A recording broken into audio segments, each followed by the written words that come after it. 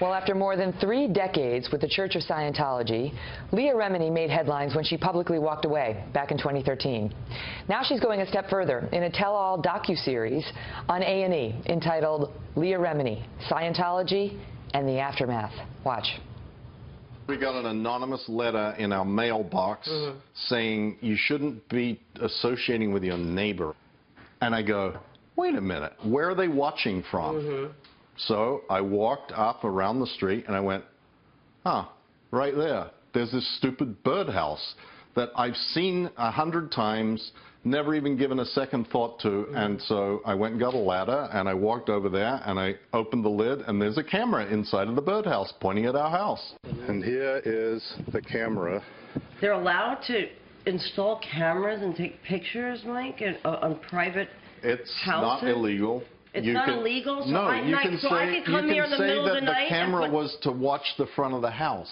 We're talking about a church. That's the part of it. A statement from the Church of Scientology reads in part, quote, Leah Remini needs to move on with her life and career and stop blaming the church and others for all of her personal and professional setbacks. Leah Remini Aftermath is really Leah Remini after money. Joining me now in a Kelly File exclusive, Leah Remini, who's also the author of Troublemaker, Surviving Hollywood and Scientology. Leah, thank you so much for being here. So we've seen the church come after anybody who comes after them, including Mike Rinder, who's been on this program and is featured in that episode we just showed there.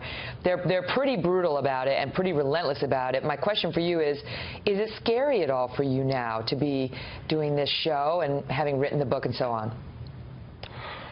It's not really scary for me. I'm lucky enough to be in this business and have the support of all of you in the media that I can speak about it. What is scary is that systematically this is an organization, a place supposedly of worship, calling itself a church, that systematically goes after people who speak out about it, and that is why I wanted to do the show. Not so much for myself, because I'm not really talking about myself, but I'm finding out more and more things as the show progresses. And it's heartbreaking. It's heartbreaking how this organization continues to attempt to bully its victims and people who are speaking out. They go after your job, they go after your family, they picket in front of your house, and they continue to do it, and their history has shown that unless it's stopped, it's going to continue to go on. They've denied all that, and they also tend to sue people who say things about them. They don't need to deny anything, Megan. Yeah, honestly, you just simply need to Google it, and you'll find out that it's true. If you do fair game and Scientology... And you're not allowed to do that in Scientology, right? It's a rule that you stay off the Internet when it comes to Scientology in particular. Correct. And as someone who is in the church, I understand it. I mean, you don't actively go after things that you're involved in. You don't go actively looking for people attacking your religious beliefs.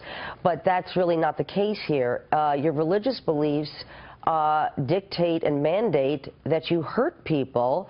That is a problem.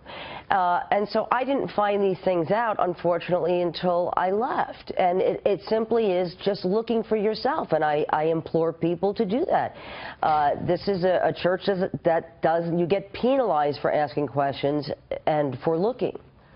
You talk about how you were at Tom Cruise's wedding to Katie Holmes, and you had an incident there, an experience there that really first started to help you see the light, as you say, about Scientology. What was it about your experience there that did that? Well, the top clergy was there at the wedding, and so a lot of Scientologists don't really get to meet top executives of the church very often. I was there, and the leader of the church was there, of course, being best friends with Tom Cruise, and the leader's wife wasn't there, who I was friendly with. And I asked innocently Tom Davis, who was the former spokesperson of the Church of Scientology, who was later kicked out, but still a Scientologist. I asked where Shelley was, and I was told that I didn't have the effing rank to ask where a human being was. And that really did start the ball rolling, because as a parishioner, somebody who was promoting this church, defending this church, I have a right to ask where a human being is, regardless of my rank in the church. Leah, do you think that that this organization should have, should be tax exempt, as it is now as a church? I don't believe anybody believes that. I mean, even when I was in the church, I was hoping that something would be done about it. I felt at the time I couldn't leave. I couldn't leave at that time, but I was like, if this is truly a bad organization, the IRS will step in, the government will step in, the FBI will do something about it. And I actually wasn't happy when we received tax-exempt status, because I was like, so this is just going to continue. And still, wow. I didn't feel like I could leave.